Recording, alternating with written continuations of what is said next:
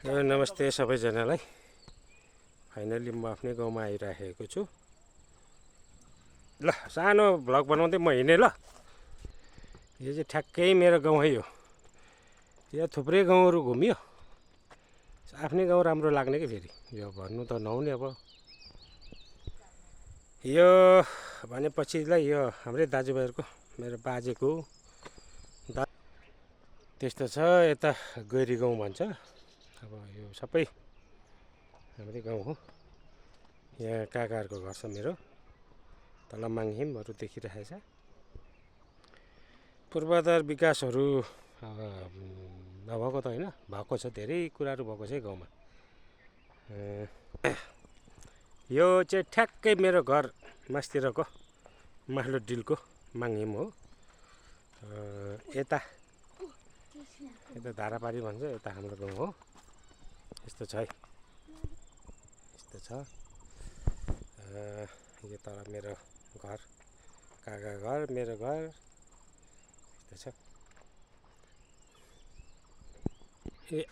यो चाहिँ ठ्याक्कै हाम्रो गाउँ बसेको ठाउँ हो।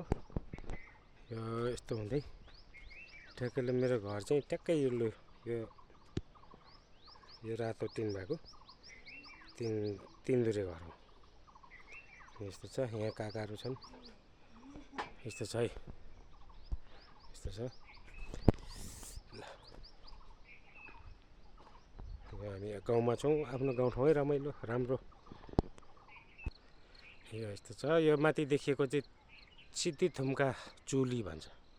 सिद्धिथुम्का हुँदै अब धेरै छ। अब यो यस्तो छ। यो यता फर्क काकी, ल यता फर्किनु। यो मेरो काकी हो। यता मेरो काका छ। ल यो सानो भ्लग बनाएको। यो सिमला हो। यो यता मेरो बहिनी। यता हेर जुनु, यो मेरो बहिनी हो। ल यो भ्लग बनाएको क्या। यो त अब यस्तो छ है। ल यो ठ्याक्क रमाइलो बसेको ठाउँ छ। निन्दाकु कोकमा भन्छ, कोकमा पाङबे। यो चाहिँ फाइनली यो मेरो घर चाहिँ यतापट्टि छ। यो कान्छा मेरो भाइको। यो बाटोले छुट्याएको छ। तलतिर पनि घरै घर छन् सबै। अनि मैले चाहिँ यो काठपात जोगाउनलाई यो टिन यसरी हालेको छु। एकदमै कुरूप बनाएको छ यो टिनले। यस्तो छ। बाटो चाहिँ यसपालि अपग्रेड गरेर ठुलो बनाएको छन्। यो त सबै यो सबै राम्रो एकदमै बसेको ठाउँ हो यो मेरो। योदेखिको मेरो घर हो। अनि यहाँ सबै हामी वरिपरि वानेमहरू फागोहरू छौँ है सबैजना। यो हाम्रो माइकल बाजे पर्नुहुन्छ, ठुलो बाजे, फेसबुकमा नाम छ उहाँको लागि। यो चाहिँ उहाँले हेर्नु भने उहाँको घर पछाडि चाहिँ यसरी गोलाइ गरिएको छ। एकदमै ठुलो गोलाइ गरेको छ। यता हाम्रो दिपेन फागो। हामी सबै फागो मात्रै छौँ यो एरियामा। सबै यो देखिएको जति सबै फागोहरू छौँ। यहाँनिर छेत्री बाहुनहरू गौतमहरू हुनुहुन्छ। अलिक तलतिर गोरागाई नेपालहरू हुनुहुन्छ। गौतमहरू सायद धेरै चाहिँ विस्थापितै हुनु भइसक्नुभयो। विस्थापित मतलब उहाँहरू कोही इलाम, कोही काठमाडौँमा यहाँको सबै बेचेर गइसक्नु भएको छ। यो पारी सबै बसेको ठाउँ छ। यो धारापारी भन्छ। यता सोयाक डाँडा हुँदै यो तलतिर हाम्रो स्कुल छ। यहीँ मुनतिर देखाउँछु तपाईँलाई स्कुल ग्राउन्ड। अनि यो भयो। अनि हाम्रो हुँदै टक्क घुम्दाखेरि यो मास्तिर मेरो घर देखिरहेछ। आज यो मेरो घर मुनतिर, यो मास्तिर मेरो घर देखिरहेछ। यहाँ चाहिँ आज सेवा छ।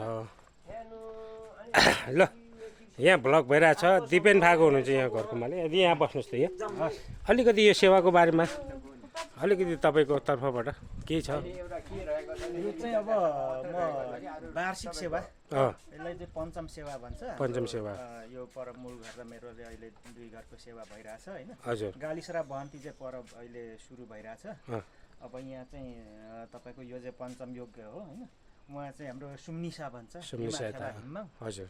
को तयारी अवस्थामा यता माङ्जाहरू काट्ने तयारी सबै तयारी भइसकेको छ हजुर र अब हामी चाहिँ उता पञ्चम भन्नाले सप्तपुराणको सप्तपुराण जस्तै हो यो हजुर हजुर त्यसले गर्दा अब उता चाहिँ तुङदुङ्गे पनि गर्ने योजना छ पर मूल घरमा चाहिँ बुद्ध ग्रह भन्छ नेपालीमा अनि त्यो शुक्र अनि त्यो सबै चाहिँ हामी तयारी गरेर आएर यहाँ समग्रमा चाहिँ यहाँ पूजा गर्ने अथवा भनेको ग्रह शान्ति गर्ने चाहिँ हाम्रो योजना छ हस् हस् हजुरको नाम मेरो चाहिँ दिपेन फागो लिम्बू यता सेवासावाहरू हुनुहुन्छ हाम्रो सुखबहादुर वनेम उहाँ चाहिँ हाम्रो एकदमै अग्रज यो ठाउँको लागि एकदमै धेरै कुराहरू गरिराख्नु भएको छ यता पनि सेवासभा हुनुहुन्छ सेवा र हजुर उहाँ पाहुना सेवासभा हुनुहुन्छ म सानो ब्लग मार्फत तपाईँहरूसँग जोडिरहेछु अहिलेलाई यति यो अब यसरी आएको छौँ यो मेरो घर हो